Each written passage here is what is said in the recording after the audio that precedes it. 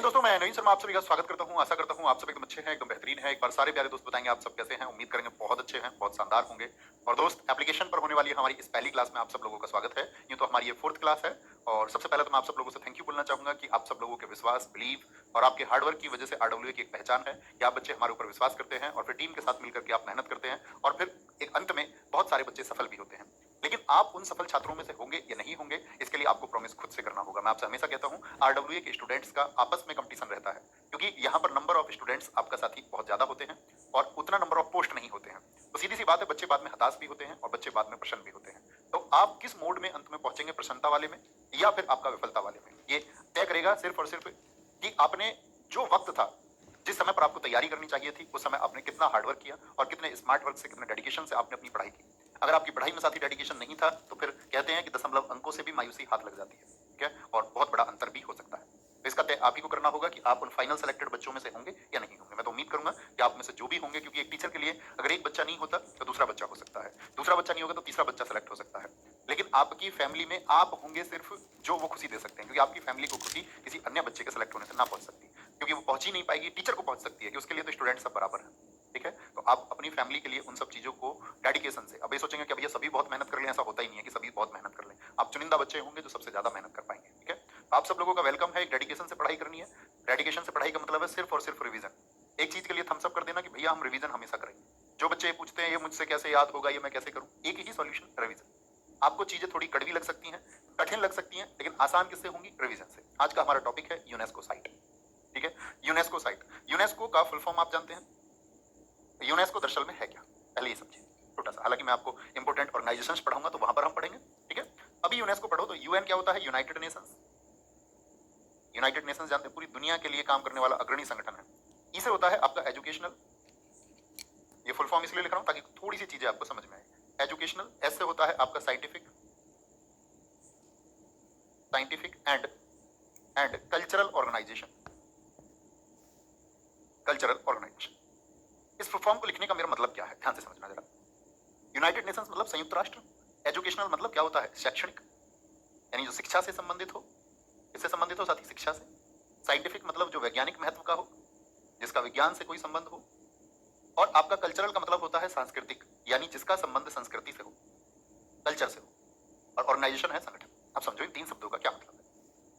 United nation देखता है कि पूरी दुनिया में ऐसे कौन कौन सी साइट हैं, ऐसी कौन कौन सी जगह हैं जो वहां के कहीं ना कहीं कल्चर को जोड़ती हैं, जो वहां की वैज्ञानिक भावनाओं को जोड़ती हैं, और जो वहां की शैक्षणिक चीजों को, जो शिक्षा प्रदान करने वाली चीजें हैं, तो उनको क्या कहता है, वो मार्क करता है।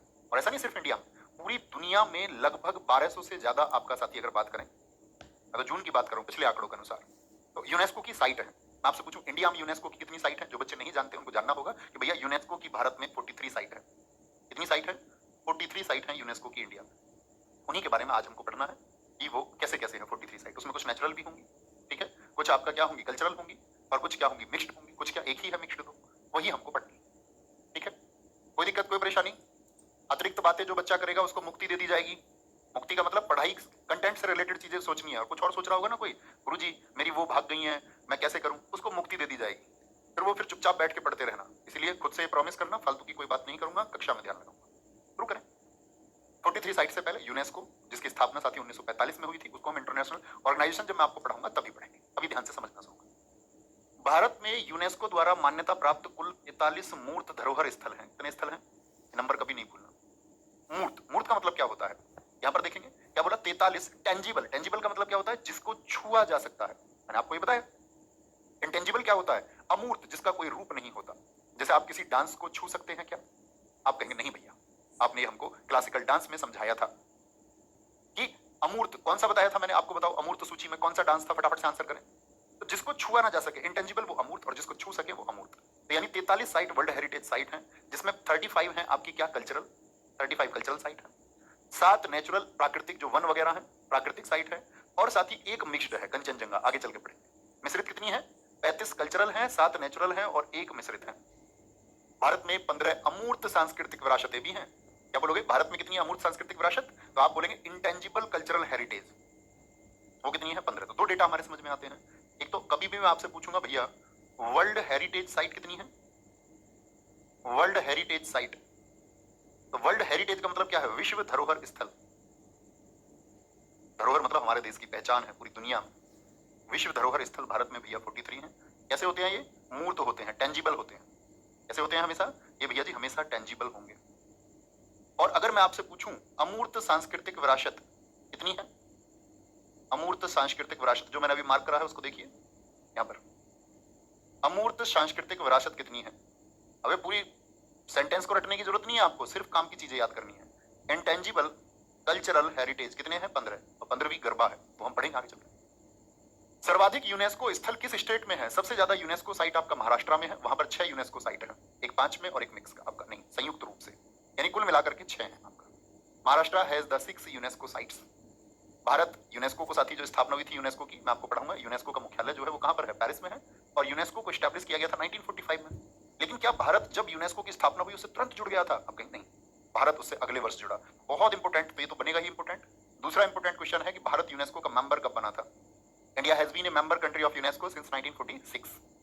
भारत ने 14 नवंबर 1977 को इस सम्मेलन को स्वीकार कर लिया। अब समझिए, 1946 में भारत ने यूनेस्को तो ज्वाइन कर लिया, लेकिन यूनेस्को जो साइट्स चुनता था भारत उसके उन फैसलों में उसके साथ नहीं था, उन डिसीजंस में। भारत कहता था आप दुनिया में कहीं भी साइट चुनो, लेकिन हमारे यहाँ की साइट नहीं चुनोगे। मतलब उस कॉन्फ्रेंस को इंडिया आपका मानता नहीं था। 1977 में इंडिया ने बोला कि हम भी इस कॉन्फ्रेंस को जो आप साइट चुनते हैं भैया हमारी भी कुछ साइट चुन के पूरी दुनिया के नक्शे पे लेके आइए, ताकि पूरी दुनिया देखे कि इंडिया में भी कल्चरल साइट कौन कौन सी है। इसलिए आप देखोगे भारत में जितनी भी साइट है वो 1977 के बाद की है। भाई भारत ने अगर 1940 में ज्वाइन कर लिया था तो कभी आप समझते हैं कोई यूनेस्को साइट 1950 की भी है क्या? अच्छा, कितने बच्चे ऐसे हैं जिनसे क्वेश्चन मैं पूछूं भारत की पहली यूनेस्को साइट किस वर्ष में लिस्ट की गई थी? भारत की जो पहला साथी यूनेस्को स्थल था वो किस वर्ष में चुना गया था? तो आप कहेंगे भैया जी हाँ, हम अभी देखेंगे थोड़ी देर में, 1983 में पहला यूनेस्को स्थल चुना गया। तो समझ गए क्यों है रीजन? क्योंकि 1977 में हमने इस कॉन्फ्रेंस को एक्सेप्ट किया है, इस कन्वेंशन को हमने एक्सेप्ट किया है। सर्वाधिक यूनेस्को साइट किस देश में है? इटली में 60 है, चाइना में 59 है। इटली में 60, चाइना में 59, चाइना में 59 है। कोई दिक्कत, कोई परेशानी? ठीक है। सर्वाधिक यूनेस्को स्थल किस सिटी में है? अगर देश ना पूछे और पूछ ले क्या आपसे सिटी, तो बोले कार्डोबा। स्पेन का कार्डोबा है, वहां पर सबसे ज्यादा यूनेस्को साइट है, इसी एक शहर में 13 यूनेस्को साइट है वहां पर। 30 जुलाई 2024 को नई दिल्ली में सबसे बात तो पूछेगा यूनेस्को की जो साथी विश्व धरोहर समिति है। विश्व धरोहर समिति में याद रख लेना, इसमें 21 कंट्रीज होती हैं, हमेशा 21 कंट्रीज होती हैं। मैं आपसे कभी भी पूछूंगा तो आप मुझे बताएंगे। जैसे मैं आपसे पूछूं जो वर्ल्ड हेरिटेज कमेटी है उसमें कितनी कंट्रीज होती हैं, कितनी कंट्रीज मेंबर होती हैं? तो 21 कंट्रीज होती हैं। और ये क्या करती हैं? अपनी मीटिंग्स करती हैं। इनकी मीटिंग्स को हम बोलते हैं सेशन। तो अभी रिसेंट में इनका कौन सा सेशन हुआ? 46वां सेशन हुआ। 46वें सत्र में इन्होंने क्या किया है? पूरी दुनिया में 24 जगह और खोजी है, पूरी दुनिया में। लेकिन भारत में कितनी जगह लिस्ट की इन्होंने? सिर्फ एक। उसका नाम बता सकते हैं क्या? अभी रिसेंट में भारत का एक स्थल भी इन 24 में से एक था, तो क्या बोलोगे भैया? वो था मोइडम्स। मोइडम्स कहां का है जरा बताएं? मोइडम्स साइट कहां की है जो अभी 43वीं यूनेस्को साइट बनी है? तो आप कहेंगे मोइडम्स भैया असम की है। कहां की है? असम की है। ओके, कोई दिक्कत, कोई परेशानी? विरासत सूची में दुनिया भर के 24 नए विरासत स्थलों को शामिल किया गया है। कोई दिक्कत, कोई परेशानी? छोटे छोटे फैक्ट देखने हैं, पूरी डेफिनेशन नहीं। पूरी डेफिनेशन नहीं, क्या बोला? विश्व धरोहर समिति में कितने मेंबर? 21 मेंबर। सेशन कौन सा हुआ अभी 2024 में? आपका 46वां सेशन। कहां पर हुआ? नई दिल्ली में। कितनी साइट चुनी गई पूरी दुनिया में? तो आप कहेंगे 24। और इंडिया की कितनी चुनी गई? एक। बहुत बढ़िया, बहुत सारे बच्चों ने लिखा भैया मोइडम्स। अरे बड़े होशियार बच्चे हो तुम। मोइडम्स कहां है? असम में। ये भी लिखा, सारे बच्चे आंसर कर रहे हैं, बहुत कमाल, हजारों की संख्या में। और कुछ बुद्धू क्या है? कुछ बुद्धू कह रहे हैं गुरुजी नोट्स कैसे बनो? क्लास 1 देखो, वहां बताया हुआ है सब कुछ, क्लास 1 में। बात समझ में आई? इस सूची में 60 स्थलों के साथ इटली सबसे आगे है। सबसे ज्यादा साइट कहां पर बताई? इटली में। चाइना में कितने बताइए? चाइना सेकंड प्लेस पर है 59 के साथ में। भारत की सूची में 43 स्थल हैं। भारत में कितने हैं? 43 साइट हैं, जिसमें सबसे नया असम का मोइदाम्स है। एक असम में अहोम डायनेस्टी होती थी, ये माउंट दफन प्रणाली है। वहां पर क्या करते थे? वो जो माउंट्स होते थे उनको जो बुरियल सिस्टम था, बुरियल का मतलब होता है किसी चीज को दबा देना, दफना देना। तो दफन करने की जो प्रथा थी, ठीक है, अपने राजा लोगों को वो कैसे दफन करते थे, वहां की जो आपका राजसी चीजें थी, राजसी चीजें मतलब जो राजा या राजमहल से संबंधित थी, उनका दफन वो कैसे करते थे, इसको बोलते हैं मोइडम्स। ठीक है, छोटी सी बातें हैं, फिर भी मैं बच्चा जैसे पूछ रहा था उसको मैं आप सबको गाइड कर देता हूं, क्योंकि आज एप्लीकेशन में पहली क्लास है शायद, क्योंकि पिछले 3 मैंने डेमो यूट्यूब पर लिया, आपने ना सुना हो। नोट्स जैसे मैं लिख रहा हूं इसमें बिल्कुल ऐसे ही आपको कहां मिलेंगे? एप्लीकेशन में मिल जाएंगे, सेम हिंदी और इंग्लिश दोनों में लिखे हुए। तो नोट्स बनाने की टेंशन तो वहां खत्म हो गई आपकी। नोट्स बनाने की टेंशन, मैंने बोला जैसे हमारी मंडे को क्लास होगी, तो मंडे की जब क्लास होगी तो आप देखेंगे एक दिन पहले ही संडे में ही क्या मिल जाएंगे आपको? संडे में ही साथी क्या मिल जाएंगे? आपका पिछले चैप्टर के साथ इसके नोट्स मिल जाएंगे। संडे को क्लिक करके देखना, पिछली क्लास जो हुई है यानी मंडे से पिछली क्लास जो हुई है वो फ्राइडे हुई है, लेकिन संडे एक दिन पहले ही आपको नोट्स मिल जाएंगे। यानी ट्यूसडे जो आपकी क्लास होने वाली होगी उसमें जो हम पढ़ाने वाले होंगे, मंडे की क्लास में आप ध्यान से देखोगे तो नोट्स मिल जाएंगे। पहले सारे बच्चे लिखो, एक दिन पहले। नोट्स कब मिल जाएंगे? एक दिन पहले। मैं इसके लिए हमेशा तैयार रहूंगा, कभी एक आध दिन कोई भूल हो जाए, होगी नहीं वैसे तो, क्योंकि मैं प्रयास ये भी करूंगा कि 3-4 दिन तक का भी मैं आपको पहले दे दूं। जैसे ही मुझे फ्री टाइम होगा, जैसे सैटरडे संडे, तो मैं चीजों को पहले ही आप लोगों के लिए, क्योंकि स्टार्टिंग में चीजें फिक्स होती हैं, पहले से कुछ मैटर होता है, उसमें क्या बदलाव होना वो मैं करके पहले ही दे दूं। तो नोट्स की समस्या तो यहाँ खत्म। जिनको अपने खुद के लिखने हैं सेल्फ नोट्स, जो मैं बोलता हूँ हमेशा कि आपको बनाने चाहिए, मैं इस बात के लिए बोलता हूँ कि आपको प्रायोरिटी पर रखना है नोट्स को बनाना। नहीं तो एक स्टूडेंट्स को यही नहीं पता होता कि मुझे करना क्या है, तो वो प्रायोरिटी पर रखना। अगर खुद लिख पाओ उसमें से देख के अपने शॉर्ट नोट्स आपके समझ में है, छोटा छोटा छोटा छोटा बनाते रहो, छोटा छोटा, ठीक है? तो समझ में आई बात? अब तो कोई रोना रोने वाला बच्चा तो नहीं होगा, होता नहीं है, पर कोई कोई बुद्धू होता है। ये यूनेस्को की साइट्स का इमेज आपको पीडीएफ में लगा हुआ मिलेगा, ठीक है? उसको वहां से आप देख पाओगे। ये हमारा सबसे लास्ट में काम आएगा, जब मैं आपसे पूछूंगा टिक करके धौलावीरा कहाँ है भैया बच्चों बोलो, तो आपको बोलना है। मैं बोलूंगा भैया एलोरा केव्स कहाँ है, आपको बोलना है। शुरू करें? देखो भाई साथी, 43 साइट को शुरू करते हैं बड़े ध्यान से। जिन चीजों को मैं महत्वपूर्ण मार्क करूं, यूं तो ऐसा कोई क्वेश्चन नहीं है यूनेस्को साइट से जो एसएससी ने, या अगर मैं बात करूं आपका एनटीपीसी रेलवे के लिए जो हम क्लास कर रहे हैं, दोनों का सिलेबस एक जैसा है, क्वेश्चन ना पूछा सबसे पूछे जाते हैं।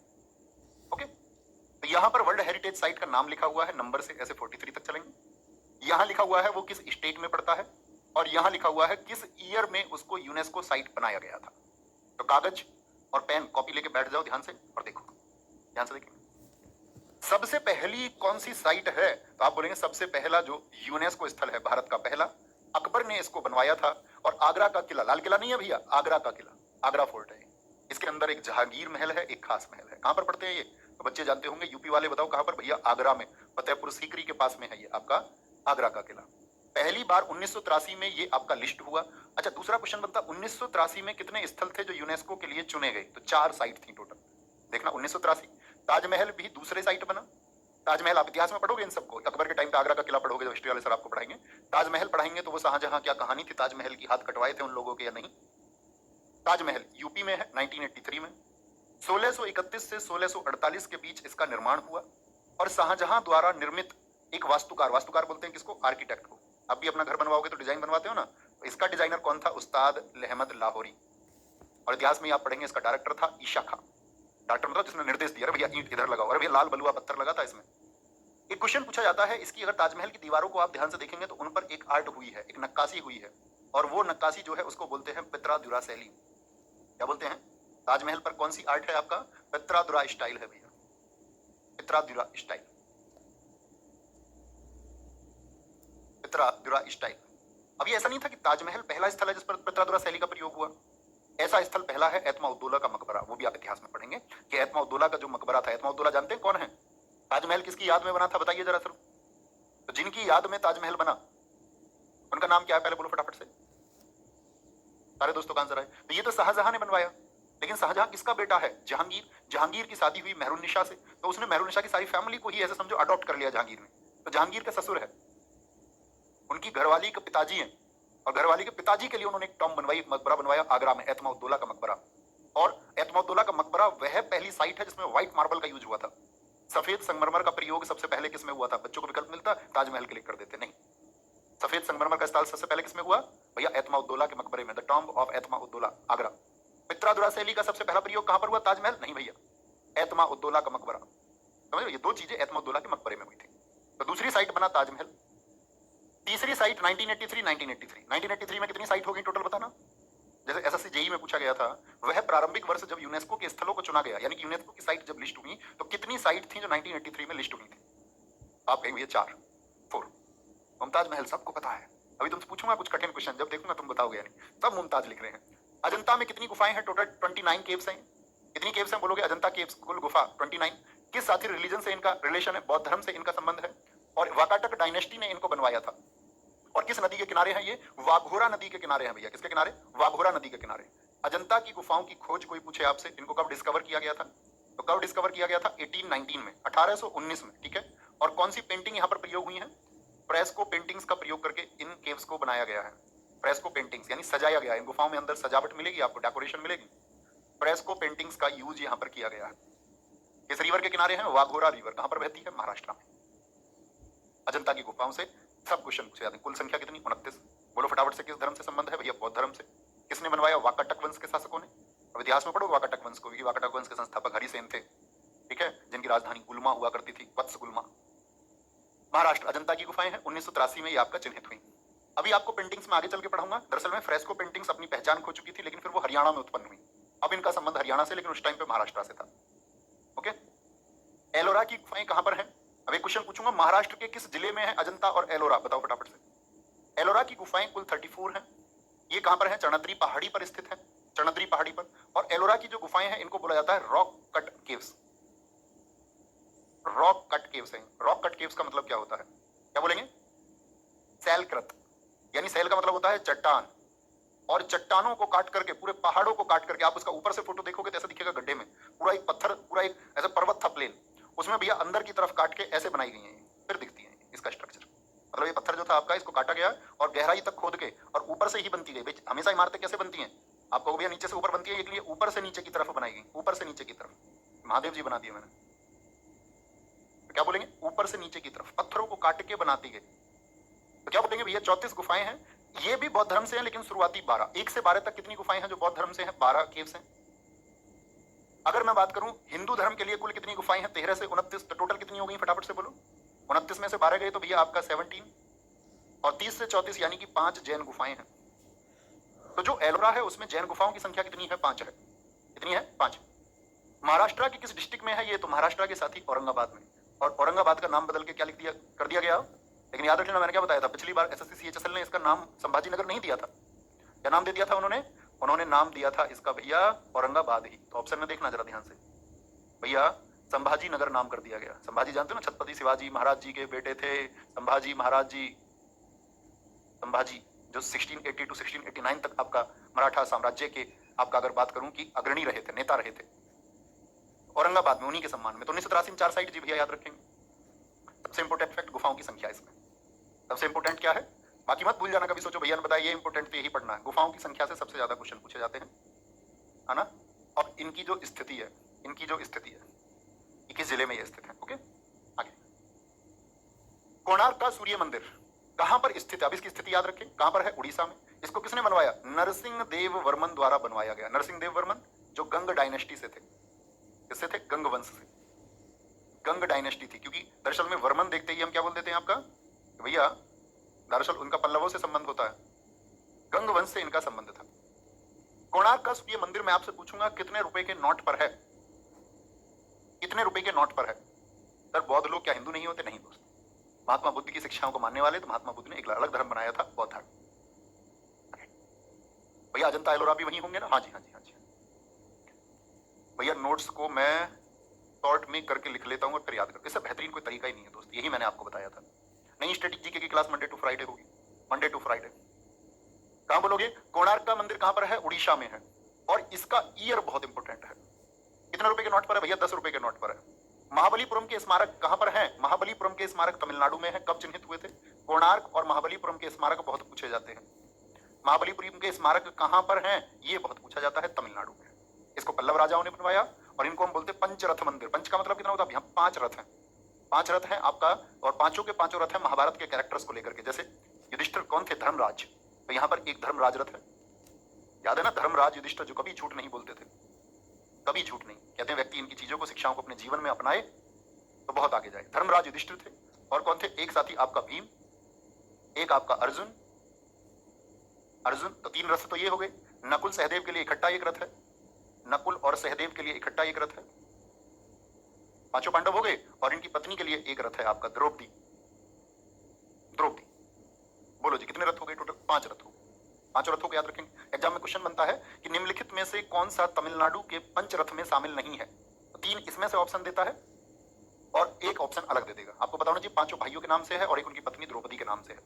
ओके, यह समूह रथों, मंडपों, यानी रथ किसको बोलते हैं? चैरिट को, मंडपम, और आपका साथी विशाल खुली हवा वाली, यानी ओपन एयर, जो रिलीफ से राहत मिल रही है, उसके लिए जाना जाता है। काजीरंगा, फोटो देख के बताइए ये क्या है? काजीरंगा एक सींग वाले गैंडे के लिए जाना जाता है, एक सींग वाले गैंडे के लिए। असम में 1985 में इसको चिन्हित किया गया। काजीरंगा कहां पर है? असम में। 1974 में इसको राष्ट्रीय उद्यान, राष्ट्रीय उद्यान बोलते हैं नेशनल पार्क को, क्या घोषित किया गया था इसको? National park. मैं आपको पढ़ाऊंगा सभी नेशनल पार्क, ठीक है। कभी मैं इनको छोड़ दूं तो मुझे याद दिला देना, नेशनल पार्क भैया आपने बोला था।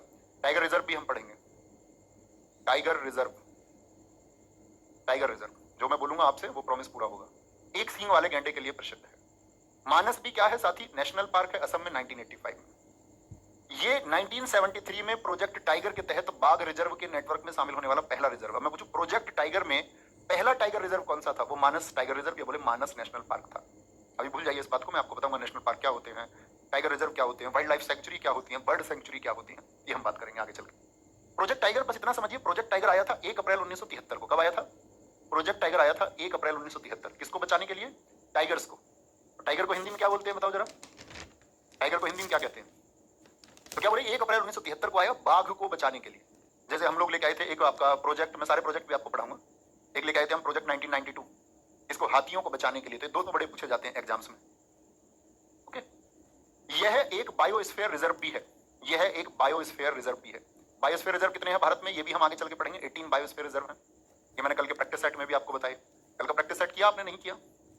याद रख लेना, मैं कभी भी कोई सीजन चलाऊं तो वो सब बड़ी मेहनत से, बड़ी मेहनत से और आपके डेडिकेशन के लिए चलाता हूं हमेशा, है ना। हालांकि वो इस मेन चैनल पे नहीं, RWSSC पे, क्योंकि एसएससी एग्जाम्स के लिए, क्योंकि मैं एक जगह बहुत सारी क्लासेस नहीं ले सकता कि इधर भी उधर भी वहां भी। एक प्रैक्टिस सेशन मैं आपको करा रहा हूं, कोई भी ज्वाइन कर लो, कोई एक प्रैक्टिस सेशन, वही आपको सफलता की तरफ लेके जाएगा, आपके स्कोर को बूस्ट करेगा, ये मेरा प्रॉमिस है आपसे। बाकी आप इंतजार करते रहो, नहीं भैया मेरे नाम से ही अलग से करवाना, मैं तो एसएससी जीडी का स्टूडेंट हूं, मेरे नाम से ही कुछ अलग से चलाओ, तो सब कुछ एक जैसा है, वो संभव नहीं है। कल को एनटीपीसी वाले बच्चे बोलेंगे मेरे लिए अलग चलाओ, ग्रुप डी वाले अलग बोलेंगे आपका, आरपीएफ वाले बच्चे अलग बोलेंगे आपका, स्टेनो वाले बच्चे अलग बोलेंगे, है ना। तो ऐसा मत किया करो, किसी भी एक सेशन को ज्वाइन कर लो। कल ही हमने सेशन को शुरू किया, RWSSC पर 3 बजे होता है। केवला देव, ये कहां पर है साथी? नेशनल पार्क राजस्थान में। इस राष्ट्रीय उद्यान का पूर्व में नाम, पहले इसको भरतपुर के नाम से जाना जाता था। भरतपुर कहां पर है? राजस्थान में। हम्पी के स्मारक, मोस्ट इंपोर्टेंट, एसएससी बार बार पूछता है कि जो हम्पी के स्मारक हैं ये कहां पर स्थित हैं? बताइए, हम्पी नाम सुना है आपने कभी? बताओ कौन से साम्राज्य की राजधानी थी, किस डायनेस्टी की कैपिटल थी आपका हम्पी? तो हम्पी दोस्त आपका कर्नाटक में है, और ये तुंगभद्रा रिवर के किनारे है। कौन सी नदी के किनारे है? तुंगभद्रा, तुंगभद्रा रिवर के किनारे है। आप इतिहास में पढ़ोगे, जब आप पढ़ रहे होंगे मोहम्मद बिन तुगलक को, मोहम्मद बिन तुगलक जिसका 1325 से 1351 तक शासनकाल था, 1325 to 51, तो उसके शासनकाल में ही कुछ वंश अलग हुए थे। जैसे एक हुआ था आपका कौन सा? विजयनगर साम्राज्य, 1336, 1336 हरियर और बुक्का ने उसकी स्थापना की। एक हुआ था 1347 में आपका बहमनी वंश, जिसको हसन गंगू ने स्टैब्लिश किया था। तो आप कहेंगे भैया 1336 में जो विजयनगर साम्राज्य था उसी की राजधानी थी हम्पी, कर्नाटका में है। और किस ईयर में इसको यूनेस्को साइट चुना गया, ये भी बहुत इंपॉर्टेंट बात है। 1984 के ईयर पूछे जाते हो, 1986 का। कितने रुपए के नोट पर है हम्पी? 50 रुपए के नोट पर है। हम्पी विजयनगर साम्राज्य की अंतिम राजधानी थी। खजुराहो के स्मारक समूह, बहुत बड़ी बात। देखो यहाँ पर एक महत्वपूर्ण फैक्टर बन सकता है आपका, अगर हम तुंगभद्रा रिवर की जब बात कर रहे थे, अभी मुझे ध्यान आया, तुंगभद्रा रिवर के किनारे हम्पी में अभी क्या बना रहे हैं? हम्पी में अभी बना रहे हैं भैया सबसे बड़ा ओपन एयर म्यूजियम, सबसे बड़ा ओपन एयर म्यूजियम कहां पर बन रहा है? ओपन एयर म्यूजियम, क्या बोलोगे? सबसे बड़ा खुली हवा का म्यूजियम, ये कहां पर बन रहा है? सबसे बड़ा खुली हवा का म्यूजियम, ठीक है। खजुराहो कहां पर है? बहुत इंपोर्टेंट है खजुराहो भैया, जिसको चंदेल शासकों ने बनवाया। यहाँ के कौन से चंदेल शासक थे? और दरअसल में इसकी अगर बात करें कहां पर स्थित है? एमपी में। 1986 में, इसका ईयर बहुत इंपोर्टेंट है, कब यूनेस्को की साइट बना। मध्य प्रदेश के साथ ही छतरपुर जिले में है, इसका जिला भी पूछ लिया जाता है, कौन सा? छतरपुर डिस्ट्रिक्ट, छतरपुर जिले में यह स्थित है। दरअसल में यहाँ शुरुआत में पहले 85 मंदिर हुआ करते थे, 85 मंदिर, लेकिन अभी कितने मंदिर रह गए हैं? सिर्फ 25 मंदिर रह गए हैं। तो यहाँ पे पूछा जाता है आपका एक कंदारिया महादेव मंदिर, उसको मैं टेम्पल्स में ही बताऊंगा आपको, है ना, जो टेम्पल पढ़ेंगे। तो कंदारिया महादेव मंदिर जो है वो सबसे बड़ा मंदिर है आपका, किनका? खजुराहो मंदिरों का। ये मंदिरों का एक ग्रुप है, इसने बनवाया चंदेल शासकों ने। अब इस मंदिरों की दीवारों को कभी आप फोटो पे ध्यान से देखोगे तो उस पे क्या है आपका? न्यूड पिक्चर्स हैं, नग्न तस्वीरें हैं, मतलब स्त्री और पुरुष को एक साथ नग्न अवस्था में दिखाया गया है। तो उस समय ये मंदिर बड़े इन पर प्रसन्न चिन्ह हुए कि भाई तुम ये क्या मैसेज दे रहे हो सोसाइटी को। तो उन्होंने कहा कि जो यौन शिक्षा है, जो सेक्स एजुकेशन है, वो बच्चों को देनी बहुत जरूरी है। जैसे हमारे एक महर्षि हुए वात्स्यायन, उन्होंने कौन सी पुस्तक लिखी थी?